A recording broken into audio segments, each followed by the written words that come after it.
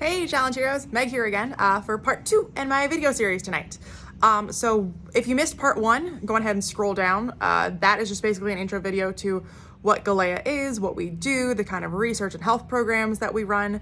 And this video is going to be a little bit more pertinent for y'all because I kind of want to talk about the structure of this challenge and how we want to do things a little bit differently than maybe what you're used to with a lot of normal Facebook, challenge models.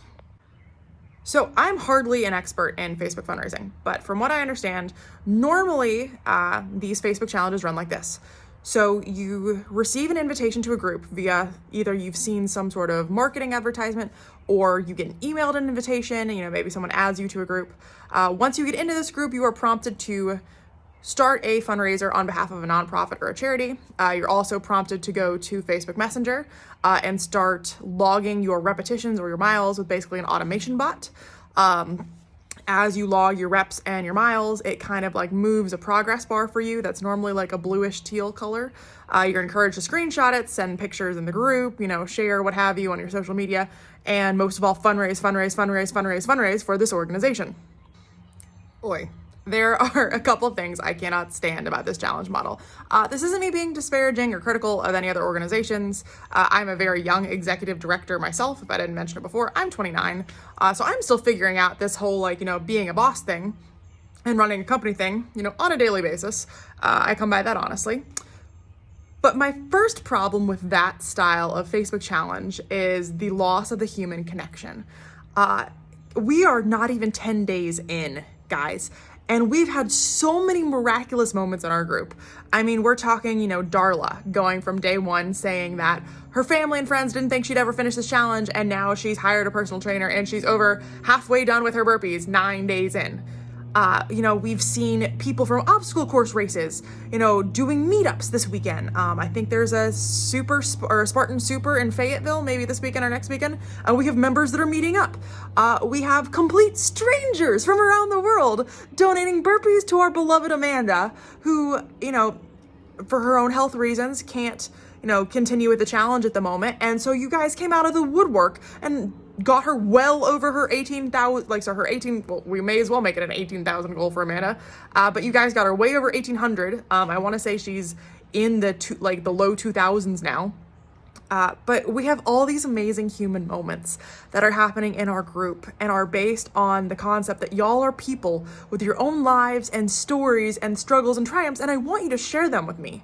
I want you to share them with us. I want to know all about you. I really sincerely, truly mean it when I say that I am just so in love with what's happening with this group, and I'm so in love with getting to know you guys.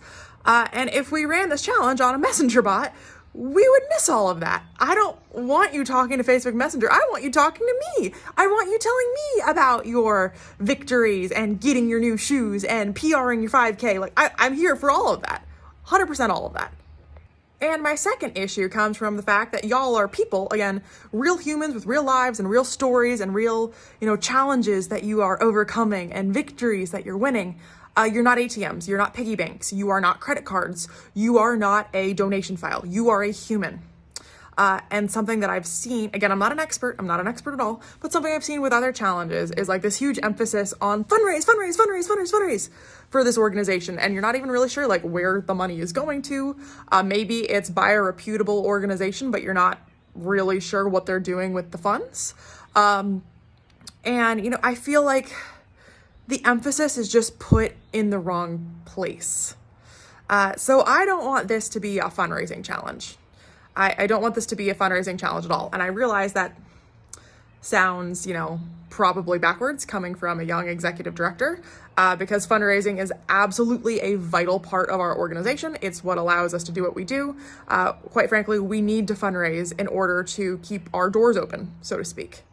But I don't want this to be a fundraising challenge. I've got a better idea. So here's what we're going to do, Challenge Heroes. Instead of fundraising, we're going to focus on philanthropy. And there are a couple really, really key distinctions there. Fundraising, like the name implies, is all about money. Fundraising, that's kind of a no-brainer. Philanthropy, on the other hand, is so much more of a rich definition and practice. Philanthropy is spreading awareness and generating support for a person or a group of people or a cause. It's really, truly the heart of what charities are designed to do. Because there's so many more ways you can give than just by giving your money. You can give your time, you can give your energy. I would very much argue that all of you doing 1,800 burpees in honor of the almost 800 officers who lost their lives last year and the thousands more who are struggling on a daily basis, I would say more than anything, that is giving. That is charitable. That is philanthropy. And we are all about that. Now, can philanthropy have a financial aspect? Absolutely. For a lot of people, if you've been talking about your challenge to your friends and family, I guarantee you that you have at least one person you've met that said, like, I would never do 1,800 burpees, but I will totally give you $20. That is a perfectly valid form of philanthropy.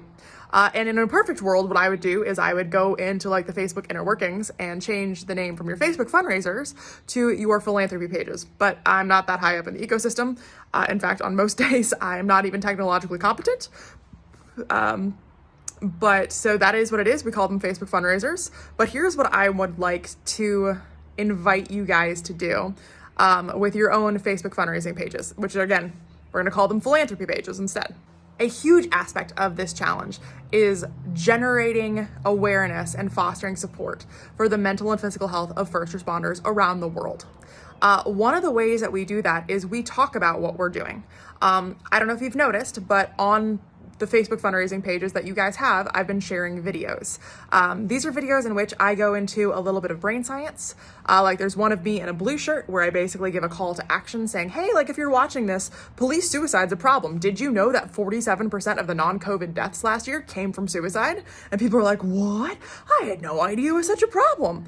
That right there is philanthropy in the sense that it is generating awareness. We are letting people know about a problem that they didn't know our society has.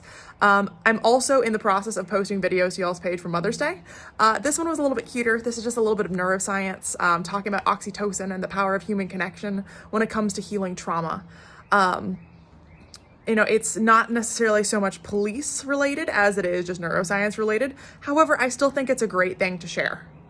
And on the topic of sharing, one of my nonprofit mentors really kind of like slapped me across the face with this speech she gave me a couple months ago. I don't know about you guys, but if you've been living in America and paying attention to the news for the past couple years, it's been a really, really, really hard time to be part of the law enforcement family. There's a lot of very anti-police and anti-law enforcement sentiments out there right now. It's totally okay for people to burn down buildings in protest or to like torch police cars or to spit at officers or any of the other, variety of rude or disrespectful or like aggressive and violent behavior that humans are capable of. And there's been a lot of weariness in our, in our sector of law enforcement. There's also been a lot of fear. And I, was kind of talking to this nonprofit mentor of mine. She was like, why haven't you thrown a fundraiser yet? You're awesome. You're clearly passionate. You love what you do. Like, go out there and change the world. And I basically told her, I was like, well, I'm hesitant. I'm scared. I don't know what people will say. And she kind of looked at me and gave me that, like, the look that, like, older women can give you, and it just like stops you in your tracks. You're like, oh, we're just about to have a mom moment. It was totally one of those. But she looked at me and she said, how many people are you denying the ability to partake in giving others hope because you are too selfish to have a conversation that may go poorly? How many people are you denying the ability to be part of something bigger than themselves because you, Megan, are a coward? Like, I'm just like sitting there like, she may as well have knocked me over, but she was totally right. There's my own fear of throwing an event or talking about what we do or talking about the issues in law enforcement and the ways that we can make them better.